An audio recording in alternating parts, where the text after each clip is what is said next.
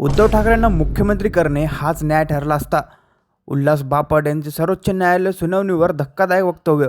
महाराष्ट्रातील तत्कालीन शिंदे सरकार हे पहिल्या दिवसापासून बेकायदेशीर आहे. पक्षांतर कसे करावे याचे उत्तम उदाहरण महाराष्ट्रात पाहायला मिळाले आहे. अशा परखड शब्दात ज्येष्ठ घटनातज्ञ उल्हास बापट यांनी आपली भूमिका मांडली. शिवसेना पक्ष आणि चिन्हाचा प्रलंबित सुनावणीवर भाष्य करताना त्यांनी लोकशाही संस्थेच्या घसरत्या विश्वासाबाबत गंभीर चिंता व्यक्त केली. पुण्यात माध्यमांशी संवाद साधताना बापट म्हणाले की लोकशाहीमध्ये ज्या संस्थांवर विश्वास असायला हवा तो आता कमी होत चाललाय.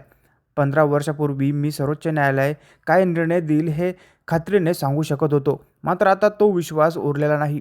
भारताची लोकशाही जिवंत ठेवण्याचे काम सर्वोच्च न्यायालयाचे आहे, मात्र 3 ते 4 वर्ष निर्णय लागत नसल्याने सामान्य जनतेत संभ्रमाचे वातावरण आहे. विधानसभा सभापतींच्या भूमिकेवर टीका करताना बापट यांनी नमूद केले की राज्यघटनेनुसार सभापतींनी अंपायर म्हणून काम करणे अपेक्षित आहे, मात्र आपल्याकडे सभापती एखाद्या राजकीय पक्षाचे सदस्य असल्यासारखे वागतात.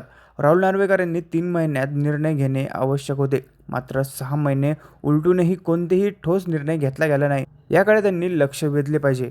बापट यांनी मांडलेले 5 महत्त्वाचे मुद्दे. उद्धव ठाकरे यांना न्याय. वास्तविक पाहता उद्धव ठाकरे यांना पुन्हा मुख्यमंत्री म्हणून नेमणे हाच योग्य घटनात्मक न्याय ठरला असता. आयोगाचा अधिकार. पक्षचिन्ह कोणाला द्यायचा याचा अधिकार निवडणूक आयोगाला आहे, मात्र त्यांनी बहुमत आणि पक्षाची घटना या 2 गोष्टींवर विचार करणे अनिवार्य होते. शिंदेची अपात्रता. एकनाथ शिंदे यांची मुदत आता संपली आहे, त्यामुळे तांत्रिकदृष्ट्या ते आता अपात्र ठरत नाहीत. हा मोठा पेच आहे. न्यायालयीन बदल. सर्वोच्च न्यायालयात स्वतःचा जुना निर्णय बदलू शकते, त्यामुळे येणारा निकाल हा पुढील काळासाठी नवा कायदा ठरेल. राजकीय उलथापालथ.